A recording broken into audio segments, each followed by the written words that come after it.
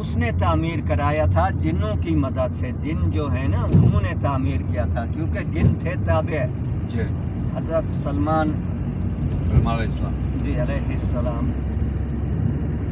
تو ان کے تابع تھے جن. تو انہوں نے ان کو حکم دیا کہ یہاں پہ آپ بیت المقدس جو ہے اللہ کا گھر تعمیر کرو. تو انہوں نے وہ تعمیر کی. پھر حضرت سلمان علیہ السلام وہ لاٹھی کے ساتھ ٹیک لگا کے ایسے کھڑے ہو گئے اور وہ دیکھتے رہے. جن کام کرتے رہے, کتنے عرصہ وہ کام کرتے رہے تعمیر کرنے میں بیت المقدس کی. اس طرح ڈلی کے ساتھ کھڑے ہی رہے. جی وہ کھڑے رہے اس کے لاٹھی کے سہارے. اب جن دیکھ رہے ہیں وہ اس سے ڈرتے تھے. تو پھر ایسا ہوا کہ وہ لاٹھی کو جو ہے نا وہ دیمک لگنا شروع ہو گئی. تو وہ لاٹھی گر گئی, ٹوٹ گئی دیمک کی وجہ سے. تو آپ بھی گر گئے. جی جی. اور خانہ کعبہ وہ اس کی بیت المقدس بھی تعمیر ہو چکا تھا. تو یہ قرآن کی آیت ہے. قرآن کی آیت ہے لَوْ كَانُوا يَعْلَمُونَ الْغَيْبَ مَا لَبِثُوا فِي الْعَذَابِ عَدَدَ السِّنِينَ. اس طرح سے وہ ہے, مجھے ابھی پوری طرح سے یاد نہیں آ رہی وہ آیت کہ اگر جن غیب کا علم جانتے. اللہ تبارک و تعالیٰ فرما رہا ہے کہ اگر جن غیب کا علم جانتے مسجد کبھی نہیں بنتی. تو وہ اتنا عرصہ عذاب میں نہ رہتے کہ یہ تعمیر کرتے رہتے. اور حضرت سلیمان رضی اللہ عنہ وہ کب کے فوت ہو چکے تھے, لیکن اللہ تبارک و تعالیٰ اپنی قدرت دکھاتا ہے تو وہ اسی لاٹھی کے سہارے وہ کھڑے رہے. یعنی کا کام کرتے کے رہے. بعد وہ اس لاٹھی کے سہارے کھڑے رہے جب تک کہ وہ لاٹھی نہیں گری, اس کو دیمک لگی, وہ لاٹھی ٹوٹی, پھر وہ گر گئے. اور پھر جنہوں نے دیکھا وہ یہ تو مر چکا ہے. تو یہ اللہ تبارک و تعالیٰ کے کہتے ہیں نا ان اللہ علی کل شیء قدیر. وہ جو چاہے کر سکتا ہے. تو پھر وہ تعمیر ہوئی بیت المقدس کی. اب لوگ اسی طرف نماز پڑھتے تھے کیونکہ بیت اللہ تو نہیں تھا اس وقت, یہ خانہ کعبہ مکہ المکرمہ. تو جب حضرت ابراہیم علیہ السلام اپنے بیٹے کو ذبح کرنے لگے تھے تو اللہ تبارک تعالیٰ کی طرف سے آواز آئی کہ اے ابراہیم قد صدقت رؤیا, کہ آپ نے اپنے خواب کو سچ کر دکھایا ہے. اور چھری کو بھی حکم ہوا کہ چھری تو نے اس کی گردن نہیں کاٹی. اور جب ان کو آگ میں ڈالا جا رہا تھا تو اللہ تبارک تعالیٰ کا حکم ہوا تھا کونی بردوں و سلاما, یعنی کہ اے آگ تو ٹھنڈی ہو اس کے جائے, لیے ٹھنڈی بھی رہنا اور سلامہ بھی رہنا, یعنی سلامتی والی. ٹھنڈی بھی تو جلا سکتی ہے نا, ٹھنڈی میں بھی تو آدمی مر جاتے ہیں نا. لیکن اللہ تبارک و تعالیٰ نے دونوں حکم ساتھ میں دیے کہ ایک تو ٹھنڈی رہنا اور ایک سلامتی والی رہنا. حضرت ابراہیم علیہ السلام کو ٹھنڈ سے بھی نہ مار دینا. ٹھیک ہے تو ٹھنڈی تو ہوگی لیکن وہ ٹھنڈ سے بھی تو مر سکتے ہیں. تو اسی طرح سے چھری کو بھی حکم ہوا تھا کہ تو نے اس کی گردن پہ نہیں پھرنا. پھر جب وہ اس سے ہوئے تو حکم ہوا کہ آپ جو ہے نا خانہ کعبہ کی تعمیر کریں. تو دونوں باپ بیٹا نے مل کر اس کی تعمیر کی. تو جب وہ پلر اٹھا رہے تھے نا اس کے عمارت کے, تو اس وقت پھر حضرت ابراہیم علیہ السلام نے دعا کی تھی اللہ تبارک تعالیٰ سے ربی اجعل ھذا بلدا آمنا وارزق اہلہ من الثمرات لعلہم یشکرون, کہ اے اللہ اس گھر کو جو ہے نا امن کا گہوارہ بنا دے اس ملک کو, اور اس میں ثمرات فروٹ یعنی رزق کی کمی نہ ہو, رزق کی کمی نہ ہو اس میں. تو ابھی الحمدللہ آپ لوگ دیکھ رہے ہیں کہ امن بھی ہے, رزق کی بھی کوئی کمی نہیں, کسی چیز کی الحمدللہ ہمیں کوئی کمی نہیں ہے کسی چیز کی کمی کا. بجلی بھی وافر مقدار میں ہے, دن میں بھی آپ دیکھیں گے تو لائٹیں جل رہی ہیں, پانی کا بھی کوئی مسئلہ نہیں ہے, چینی کا ہر چیز ہر لحاظ سے گندم دیکھیں کا، کوئی پرسکون ہے. ہر طریقے سے میں ایک دن وہ نیٹ پہ دیکھ رہا تھا، جی ایک آدمی تھا، اس کا ریویو تھا، بڑا وہ آدمی تھا، صافی قسم کا. جی اس نے بولا جی میں 42 ملکوں میں گھوم کر آیا ہوں، جی ہر ملک میں ہفتہ 10 دن مدینہ گزار کر آیا ہوں 42 ملکوں میں. اس میں یہ مدینہ مطلب واحد جگہ ہے کہ 42 ملکوں کے گھومنے کے بعد میرے کو جتنا سکون یہاں ملا ہے ہاں اتنا سکون میرے کو کہیں کسی جگہ میں 45 ملکوں میں نہیں ملا. حاجی صاحب میں آپ کو بتاؤں، اس دن ہم ٹیکسی والے سے وہ کہاں جا رہے تھے، ہاں شہدا قبرستان شہدا جا رہے تھے. جی کافی طرح بڑے بزرگ مطلب ہمیں ٹیکسی والے مل گئے، بڑے نیک آدمی تھے پنجاب کی طرف. جاتے جاتے بخیر السلام اس نے کی ہمارے سے عربی میں کی. پاکستانی خود ہی سے بولا پاکستانی، میں نے کہا پاکستانی. میں نے بولا پاکستانی مطلب کون سی جگہ؟ میں نے کراچی کی. میں تو نہیں سمجھ رہا، بھائی نے بتایا کہ پوچھ رہے ہیں کہ کون سی جگہ ہے، میں نے کہا کراچی کے. تو اس نے وہیں کھڑا کر بیٹھ تو مجھے پتہ نہیں لگا. ہمارے کہنے کا ہمارے لیے بھی دعا کرو کہ اللہ تعالیٰ ہمیں مدینہ کی زندگی نصیب فرمائے اور مدینہ کی موت نصیب فرمائے. میں نے اس سے پوچھا، میں نے کہا عائشہ آپ کا کتنا عرصہ ہو گیا یہاں پہ؟ بولا میرے کو 50 سال ہو گئے اس کراچی میں. اچھا مدینے میں؟ مدینے میں 50 سال ہو گئے. جی جی میں نے کہا جی آپ پھر ماشاء اللہ رہائشی ہیں، مقامی ہیں یہاں پہ؟ بولا الحمدللہ میں مقامی ہوں. بولا جیسے ہم لوگ آئے نا یہاں پہ آ گئے، میں آ گیا ایسے باہر سے آئے یہاں آباد ہو گیا، اتنا عرصہ ہو گیا. سعودی تھا نہیں، وہ سعودی تھا. وہ سعودی تھا نا، مقامی سعودی کی بولتے ہیں نا، مقامی تھا نا. وہ میں نے کہا یار دیکھو کیسی تڑپ ہے ان لوگوں کو، کچھ چیز ہے اس میں تو یہ اتنی بڑی دعا مانگ رہے ہیں اللہ کا کہ وہ ہے نہیں. حاجی صاحب میں بھی سمجھ لیں کہ وہ میری بات کر رہا جی تھا. جی مجھے بھی یہاں ابھی اگلے تقریباً سال جی جو ہے نا، 50 سال ہو جائیں گے. 50 سال مجھے ہو جائیں گے. 24 کا ابھی لگنے والا ہے تو اس میں مجھے 50 سال ہو جائیں گے. جی اور میں یہیں مدینے میں ہی رہا ہوں. ایسا بچے بھی آپ کدھر ہی ہیں؟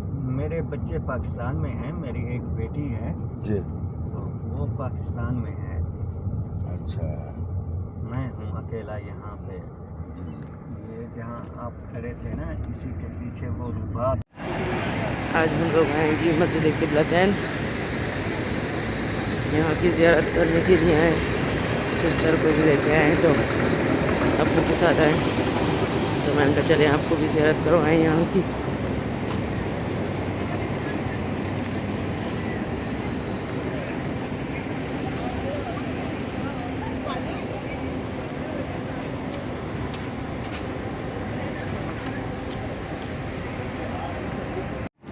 یہ ہے قبلتین کی مسجد. پہلے جو ہے ہمارا خانہ کعبہ پہلے اس سائڈ پہ تھا. دیکھیں یہ بنا ہوا ہے، زوم کر کے دکھاؤں آپ کو. تو یہ ہے یہ قبلہ تھا.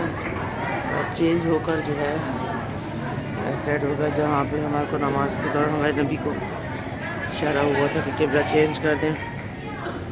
تو اس طرف ہو گیا تھا قبلہ ان کا. ماشاء اللہ بہت زیادہ رش ہے یہاں پر، سب حاجی آئے ہیں.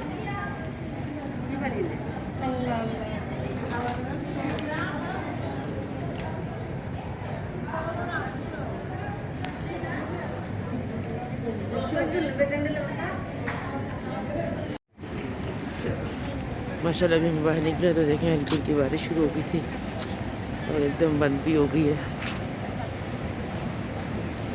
بس ابھی ہم نے یہاں پہ نفل ادا کر دی ہے اور ابھی ہم لوگ جا رہے ہیں صبا مساجد.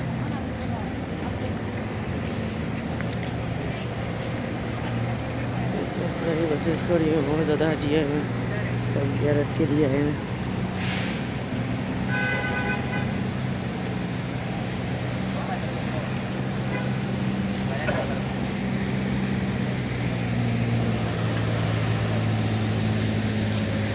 اسی جگہ پہ پھر وہ تعمیر ہوا دوبارہ. تو آپ نبی کریم صلی اللہ علیہ وسلم کی خواہش تھی کہ ہم قبلہ ابراہیمی کی طرف منہ کر کے نماز پڑھیں، کیونکہ ہمارا قبلہ تو وہی، وہ تو یہود کا ہے بیت المقدس. اور اب نبی کریم صلی اللہ علیہ وسلم اس وقت بھی یہودی کہتے تھے کہ ان کا قبلہ تو وہ ہے، یہ ہمارے قبلے کی طرف کیوں نماز پڑھتے ہیں؟ پھر جب ہم سے اختلاف کرتے ہیں تو یہ ہمارے قبلے کی طرف رخ کر کے کیوں نماز پڑھتے ہیں؟ تو آپ نبی کریم صلی اللہ علیہ وسلم کی شدید خواہش تھی اور وہ آسمان کی طرف منہ کر کے دیکھتے تھے کہ کب حکم نازل ہوگا۔ یہ قرآن شریف کی آیت ہے، قد نرا تقلب وجهک فی السماء فولینک وجهک فی السماء قبلۃ ترضاها، کہ آپ کا ہم آسمان کی طرف منہ اٹھا کے دیکھ رہے ہیں، آپ جو ہے اپنا رخ اس قبلے کی طرف کر لیں جس پر آپ کی رضا ہے۔ تو پھر آپ نبی کریم صلی اللہ علیہ وسلم نے وہ رخ قبلہ کی طرف کر لیا تھا، بیت المقدس سے قبلے کی طرف رخ کر لیا تھا، تو صحابہ کرام بھی اسی طرف گھوم گئے تھے نماز کے دوران میں۔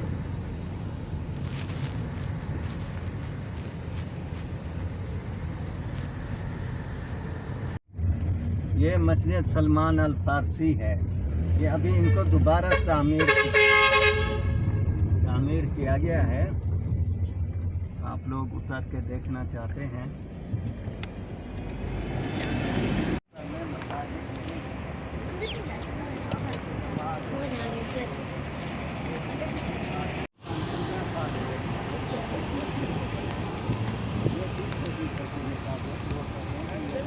صحابہ کرام نے جب وہ غزوہ خندق ہوا تھا تو ان کو پھر غزوہ خندق جہاں ہوئی تھی؟ جی ہاں، غزوہ خندق یہی ہے، اسی کو غزوہ خندق کہتے ہیں۔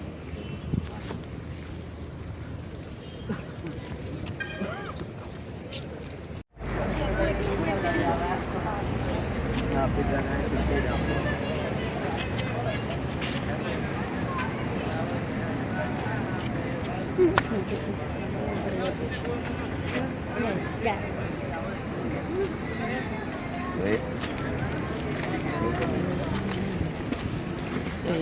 یہ مسجد الفارسی یہ سبا مساجد ہے، یہاں پہ چھوٹی چھوٹی جو ہے 7 مسجد ہیں، ایک وہ سامنے ہوگی، ایک یہ بھی، اور اس طرح کی آگے بھی ہیں مسجدیں۔ ہمیں جو ہے یہاں پہ انکل ملے ہیں، ہمارے ساتھ ہی آئے وہاں سے، ماشاءاللہ بہت اچھے طریقے سے گائیڈ کر رہے ہیں اور بہت اچھی اچھی باتیں بھی بتا رہے ہیں۔ یہ ساری یہاں کی تاریخ لکھی ہے۔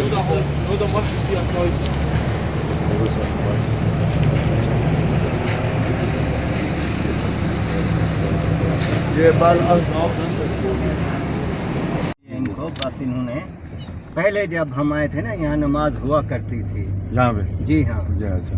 تو وہ اس وجہ سے کہ یہاں لوگ ہوتے تھے نا تو وہ نماز پڑھتے تھے۔ یہ دیکھیں، ایک یہ اوپر وہ مسجد ہے وہ جی سامنے جی۔ اسی طرح کی، اور ایک یہ بھی دوبارہ بھی تعمیر ہوا ہے، وہ بھی ابھی دوبارہ تعمیر ہوئی ہے، دیکھ رہے ہیں نا، ایک یہ ہے ایک وہ اوپر ہے۔ ایک یہاں پہ تھی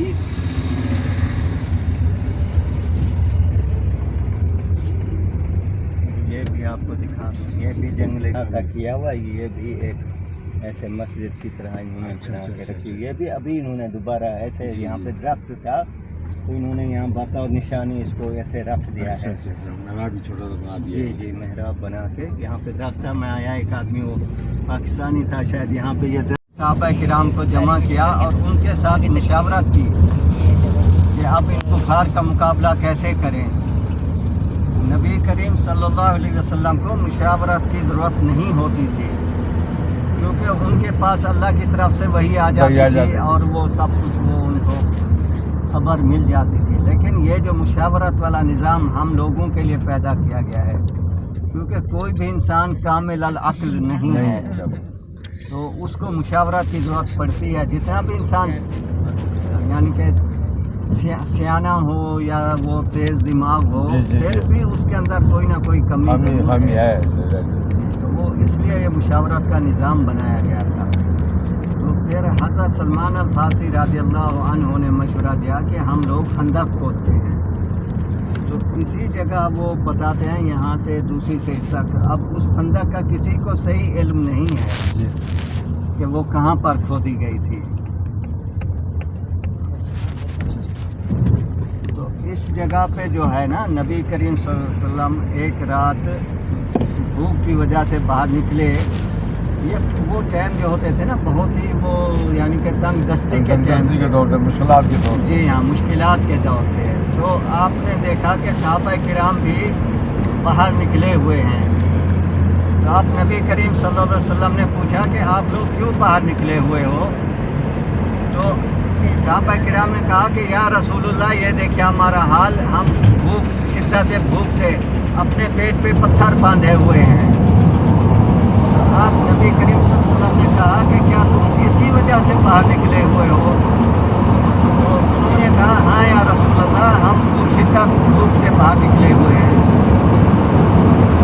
آپ نے اپنے پیٹ سے کپڑا ہٹایا تو 2 پتھر باندھے ہوئے تھے نبی کریم صلی اللہ علیہ وسلم نے بھوک کی شدت سے. تو حضرت جابر رضی اللہ عنہ اس ٹائم وہ وہاں پہ موجود تھے. جب انہوں نے یہ دیکھا تو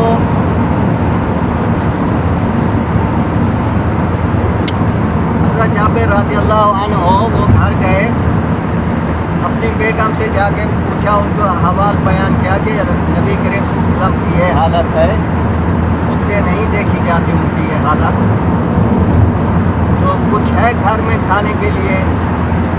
انہوں نے کہا ہاں 5-6 آدمیوں کا کھانا ہو جائے گا.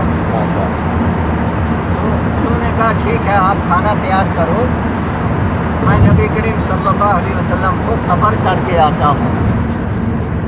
تو وہ آپ چلے گئے نبی کریم صلی اللہ علیہ وسلم کی خدمت میں, ان کو کان میں جا کے ان سے کہا کہ یا رسول اللہ آج آپ کی دعوت ہے ہمارے گھر میں. تو آپ نبی کریم صلی اللہ علیہ وسلم نے پوچھا کہ کتنے آدمیوں کا کھانا ہے؟ حضرت جابر رضی اللہ عنہ نے کہا کہ یا رسول اللہ 5-6 آدمیوں کا کھانا ہو جائے گا. تو آپ نے فرمایا کہ اچھا آپ اپنی بیگم سے کہنا کہ جب کھانا تیار ہو جائے تو اس کے اوپر سے کپڑا نہیں ہٹانا, ڈھکنا یا کپڑا جو بھی ہم اس کو کہیں وہ نہیں ہٹانا, میں خود آ کے کھانا تقسیم کروں گا. یہ جو ہے نا یہ صحیح حدیثیں جو میں آپ کو بیان کر رہا ہوں نا, ایک تو عالم ہے نا وہ بڑی بڑی باتیں کرتے ہیں. ایک چھوٹی سی اب کھانا تیار ہو گیا تو انہوں نے آ کے نبی کریم صلی اللہ علیہ وسلم سے فرمایا کہ یا رسول اللہ کھانا تیار ہو چکا ہے. تو آپ نبی کریم صلی اللہ علیہ وسلم نے سب کو دعوت کر دی, جتنا بھی وہ وہاں پہ مجاہدین تھے, صحابہ کرام تھے, تو سب کو انہوں نے دعوت کر دی. آپ کو حضرت جابر رضی اللہ عنہ پریشان ہو گئے, وہ سب آ گئے جابر رضی اللہ عنہ کی دعوت کھانے. جو 5-6 آدمیوں کا کھانا تھا آپ نبی کریم صلی اللہ علیہ وسلم نے سب کو دعوت کر دی اس وقت. تو آپ نے جا کے اپنی بیگم سے کہا کہ اتنے تو آدمی آ گئے ہیں, اب ہم کیا کریں گے, کھانا تو ہمارے پاس 5-6 آدمیوں کا ہے. وہ بھی پریشان ہو گئی. ان کی بیگم نے پوچھا جابر رضی اللہ عنہ کی کہ کیا آپ نے نبی کریم صلی اللہ علیہ وسلم کو بتایا تھا کہ یہ کھانا جو ہے 5-6 آدمیوں کا ہے؟ انہوں نے کہا ہاں میں نے بتایا تھا. تو پھر وہ کہنے لگی کہ آپ بے فکر ہو جائے, اللہ جانے اور اللہ کا رسول جانے. تو آپ نبی کریم صلی اللہ علیہ وسلم نے خود آئے, انہوں نے تقسیم کھانا شروع کیا. تو جتنا بھی صحابہ کرام تھے سب نے وہ پیٹ بھر کے وہ کھانا کھایا. اس کے بعد وہ کھانا بچ گیا تو پھر محلے میں ادھر ادھر لوگوں میں تقسیم کر دیا وہ کھانا. پھر